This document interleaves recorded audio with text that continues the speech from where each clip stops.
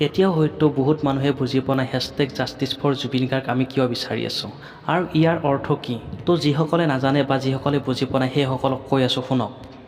যেতিয়া এজন মানুহৰ বাবে জাষ্টিছ বিচৰা মানুহ মিলিয়নৰ পিছত মিলিয়ন হ'বলৈ ধৰে, সেই বিষয়টো টপ লিষ্টত পৰি যায় বা সেই টপিকটো টপ টপিক বুলি গণ্য কৰে।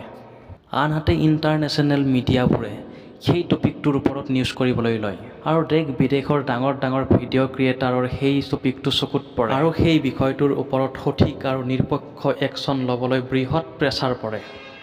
আৰু যিমানেই হেছটেগ জাষ্টিছটো বাঢ়ি যাব সিমানেই কেছটো টপ টপিক হিচাপে গণ্য হ'ব। সেইবাবে আপোনালোকক কৈছোঁ হেছটেগ জাষ্টিছ ফৰ জুবিন গাৰ্গটো প্ৰতিদিনে লিখি থাকক। লগতে এই ভিডিঅ'টো যিমান পাৰে সিমান শ্বেয়াৰ কৰক। যিসকল মানুহে hashtag justice for Zubeen Garg লিখিবলৈ এৰি দিছিলে সেইসকল মানুহে আকৌ এবাৰ hashtag justice for Zubeen Garg লিখিব।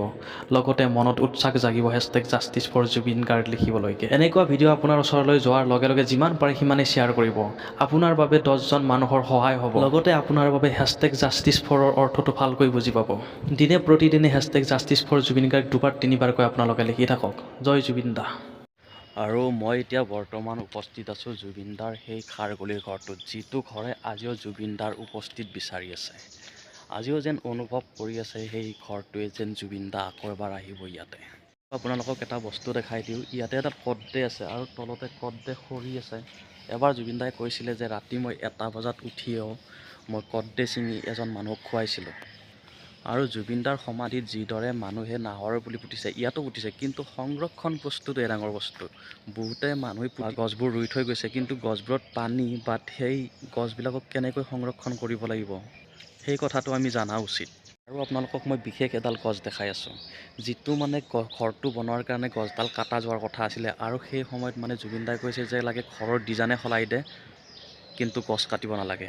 আৰু এই বিশেষ গছডাল এইডাল হৈছে বেলৰ গছ। গছৰ প্ৰতি কিমান মৰম আছিলে, গছৰ প্ৰতি কিমান প্ৰেম আছিল আমাৰ জুবিন দাৰ। আপোনালোকক এটা কথা কৈ দিওঁ, জুবিন দা যদি আমাৰ ঘৰৰ মানুহে নহয় তেতিয়াহ'লে জুবিন দাৰ যিটো ঘৰ আছে তাত আহিবক লগি মোৰ অলপো ভয় লগা নাই। কিয়? কাৰণ তেওঁ আমাৰ একদম মানে আপোনতকৈ আপোন ঘৰৰ মানুহৰ দৰে আছিলে। এনেকৈ বেলেগ মানুহৰ ঘৰত গৈ কিনে এনেকৈ ভিডিঅ' বনাব পাৰিব বা বেলেগৰ মানে ঘৰত এনেকৈ যাব পাৰিব? নোৱাৰে। জুবিন দাৰ সেই ছাদখনৰ ওপৰত আহিছোঁ, ছাদখনৰ ওপৰৰ পৰা আহি আপোনালোকক দেখাবলৈ চেষ্টা কৰিছোঁ কিমান কি পাৰোঁ।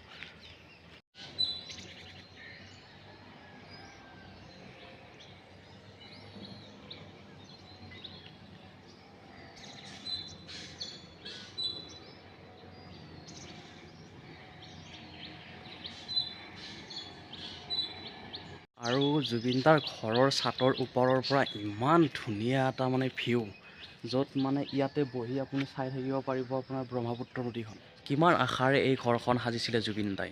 জীৱনৰ শেষ সময়খিনি এই ঠাইতে অতিবাহিত কৰিম বুলি বহুত ইণ্টাৰভিউত তেখেতে কৈ থৈছে যে মই বুঢ়া হ'লে খাৰঘুলিত থাকিম, তাতেই অলপ জিৰণি ল'ম। সেই যেন সপোন হৈয়ে ৰ'ল তেওঁৰ। আজি এই খাৰঘুলিৰ ঘৰখন নিমৌ এটা পৰিৱেশ। এইখন ফটো বিশেষ ফটো। এইখন ফটো যোনে বনাইছে তেওঁক মই 1000টা চেলুট মাৰিছোঁ। ইমান ধুনীয়া এখন ফটো বনাইছে, মানে জুবিন দাই এই খাৰঘুলিতে যি আগতে বহি বহি সাহক মানে আধাৰ খুৱাই আছিলে, সেই ফটো এটা ইমান ধুনীয়াকৈ মানে আৰ্ট কৰিছে। তেওঁক মানে মই কিদৰে যে মই ধন্যবাদ জনাম মই মানে বুজি পোৱা নাই। আৰু জুবিন দাৰ সেই ল'ৰালি কালৰ এই এটা ফটো, যিটো ফটো ছ'চিয়েল মিডিয়াত আটাইতকৈ ভাইৰেল ফটো। যিকেইজন মানুহে এই আৰ্টকেইখন জুবিন দাৰ কৰিছে, যিকেইটা ছবি আঁকিছে, সঁচাই অতুলনীয় মানে ছবি, ইমান ধুনীয়াকৈ আঁকিছে। সঁচাই মানে তেখেতসকলক বহুত বেছি ধন্যবাদ জনাইছোঁ মোৰ ফালৰ পৰা। থেংক ইউ ককাইদেউ যোনে বনাইছে, বহুত বেছি আপোনালোকক চেলুট।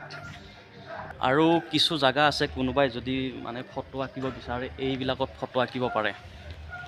জয় জুবিন দা, জয় আই অসম।